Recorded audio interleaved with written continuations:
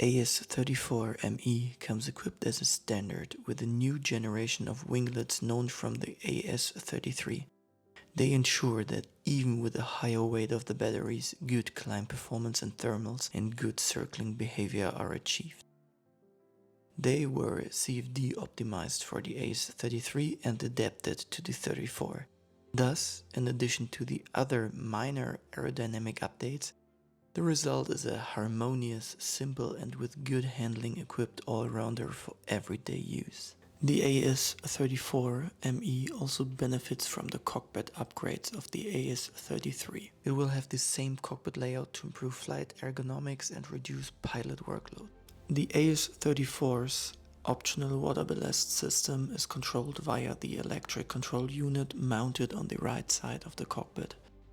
The improved adjustments of the pedals and the backrest allow a safe and comfortable seating position even for tall pilots over 1,90 m, but also smaller pilots were thought of. The pedals change their distance to each other when pulled up in order to prevent the so-called bow legs. The new cable routing of the AS34 not only provides more space for the tips of the feet, but also makes for a tidy impression and a good feeling when getting in.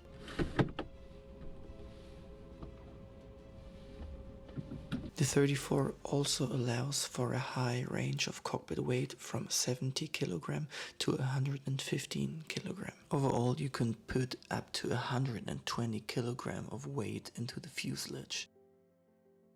Another new feature are the 3-story air brakes. The 34 has received these to make it as easy as possible in everyday use. The 34 should be easy and intuitive to fly without much time to get used to it. So it's of course very important that it is very easy to land anywhere, even with the higher weight.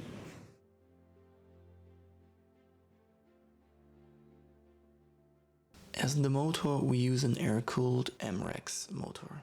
This is used to launch the AS34 for 2 minutes with 35 kW of shaft power or 47 horsepower, and after that with 25 kW or 34 horsepower as a sustainer.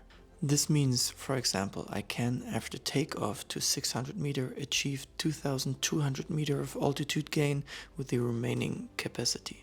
So if you use the system after takeoff like a normal sustainer and sawtooth, you can still make more than 120 kilometers distance. That should always be enough to get home. Most of the time we need the motor in the middle of the day when the thermals are still active because we are screwing something up, or in the evening at the end of the thermals for the last 50 kilometers. The propeller of the AS34ME is, like all our propellers, completely manufactured and developed in-house.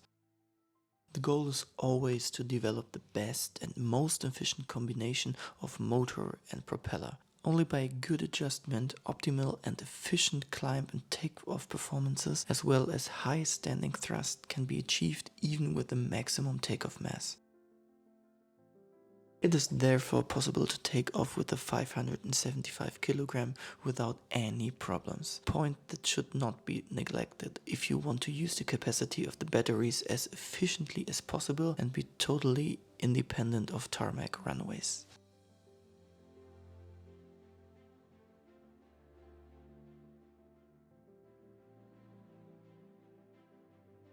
Of course, the motor system should also be easy to operate.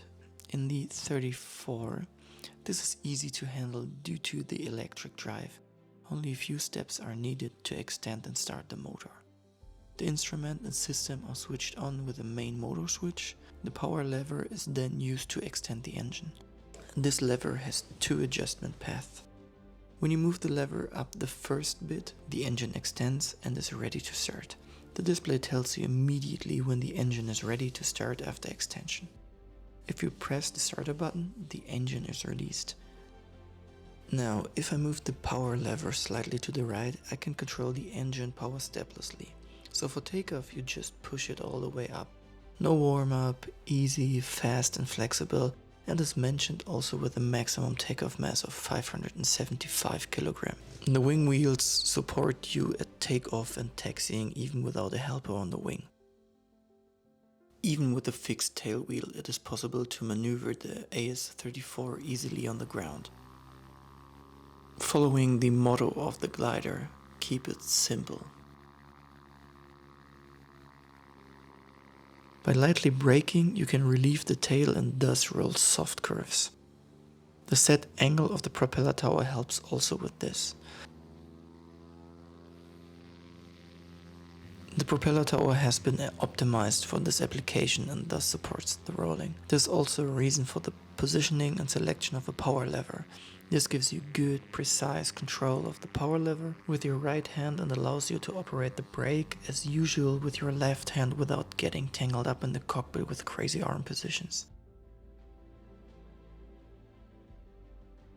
Retraction is just as quick and easy. Simply push the power lever to the far left end position and the engine retracts from whatever power setting after straightening the propeller. If you want to use the motor as a sustainer, switch on the motor system, move the power lever to half power stage and press start as soon as the power plant instrument wants to do so.